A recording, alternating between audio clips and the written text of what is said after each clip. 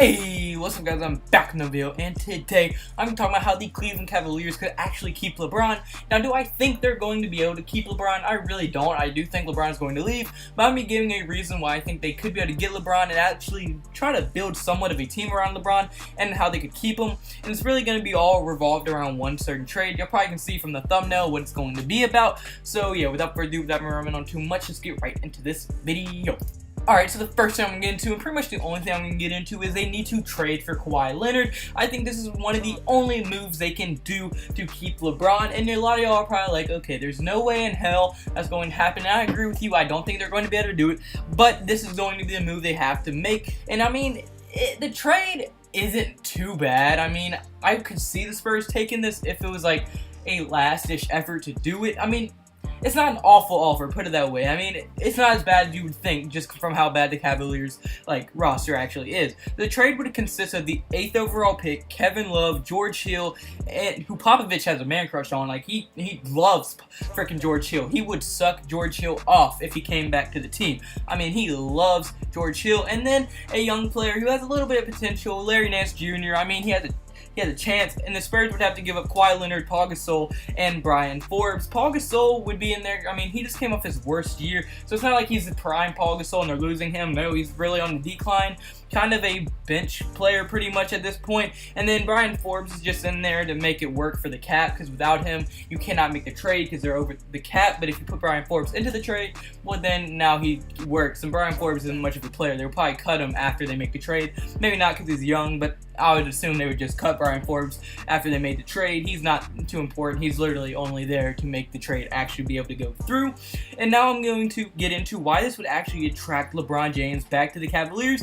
Well, this would definitely give him the best player he's ever played with. I mean, Kawhi, you can make a debate Dwayne Wade or Kawhi, but I personally think Kawhi is a much better defender than Dwayne Wade, and he's just as good offensively, so I think Kawhi Leonard is better than Dwayne Wade. So LeBron might want to go there. He's like, well, this is probably going to be the best duo in the league. I mean, we're probably going to get some more veterans to come along with him, and I mean, Kawhi is probably the third best player in the league right now, and if you put Kawhi and LeBron on the same team, that could beat the Warriors. I mean, I hate to say it to any Warriors fans, but that team could actually stand a chance against Warriors. Do I think they would beat them? Depends what kind of veteran or free agent moves they could make. But, I mean, as of right now, I think that team would be able to beat them, so that would be a huge attraction to LeBron, and that could give LeBron kind of more hope that the front office can actually make moves to get stars and actually aren't afraid to make trades to get players to help their franchise win more games, and actually give LeBron some more confidence in Danny Gilbert, not Danny Gilbert, you know what I mean, to actually get assets to the team and everything. So I think that would give him a lot of confidence. With those two reasons, I think that would make LeBron a huge contender to go back to Cleveland. But now I'm going to get into why the Spurs would do this, because I mean, obviously the Spurs aren't going to make the trade unless they think this is the best offer, or just like it won't affect them as much and they would be able to get some better players back. It's pretty much the best offer. Well, my first reason is going to be they would be getting to trade with an Eastern Conference team, which Pop really wants to do. He hates trading to Western Conference teams. I mean, when the Memphis Grizzlies traded Paul Gasol, I think when the Denver Nuggets, someone traded Paul Gasol to another Western Conference team, and he was pissed. I mean, he hated it. He hates trading with other Western Conference teams. He doesn't like strengthening someone else's roster at all, so he would much rather try to strengthen someone's team in the East, and Cavaliers are in the East, obviously, so I mean, that would be a big plus for Popovich to make the trade with the Cavaliers. But my second reason for them to want to make this trade is that Pop would be getting Hill back. I mean, like I said earlier, he loves George Hill. He said trading George Hill the first time was the hardest decision of his career. It worked out because they ended up getting Kawhi Leonard out of it.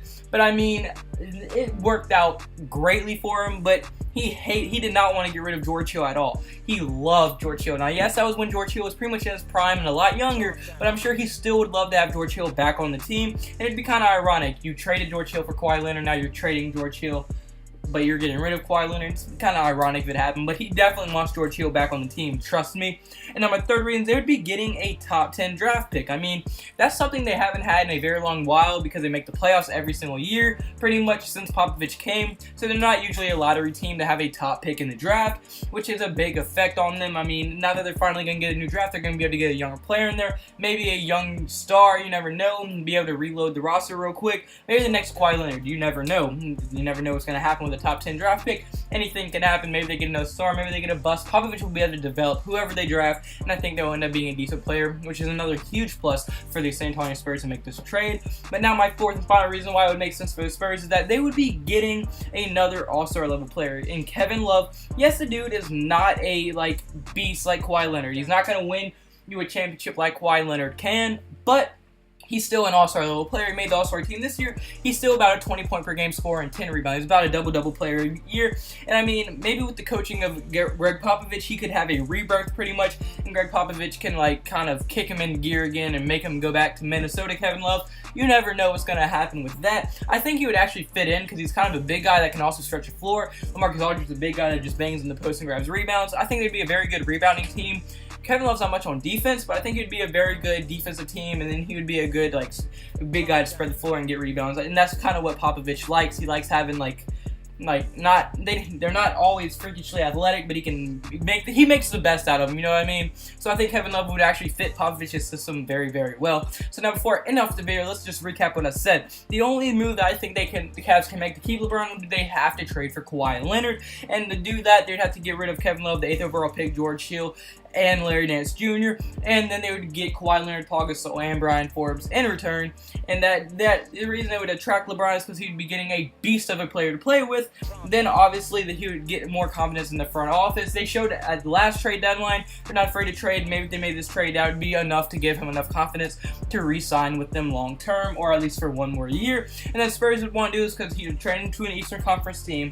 Pop would get George Hill back. They're getting a top 10 draft pick, which they need, and they'd be getting another all-star level player out of it. So it's like they're not getting equal value, but they're actually getting something out of it, and it's not just a all-around bad trade like the Cavs did with Kyrie and Isaiah Thomas. But I'm not going to speak on that. But unfortunately, guys, that's going to be it for this video. So if you did like the video, at any point, hit the like button and subscribe button. It would mean the world to me. We're at 209 subscribers. 209. I love y'all so much. I want to keep going, keep crushing it this summer. I'm going to keep the grind up. So I really want to hear your thoughts. Did you like this video? Do you want to see more videos like this? Do you think LeBron can stay with them if they go get Kawhi? Do you think they're going to be able to trade for Kawhi? Comment all that below. If you have any video ideas you want me to make, comment those below as well. If I like it, I'll give you credit in the video and make it as soon as possible. So yeah, and everyone have a blessed day. I had a blessed day, so you all need to have a blessed day. Literally, everyone have a blessed day, and see you in tomorrow's video. Goodbye.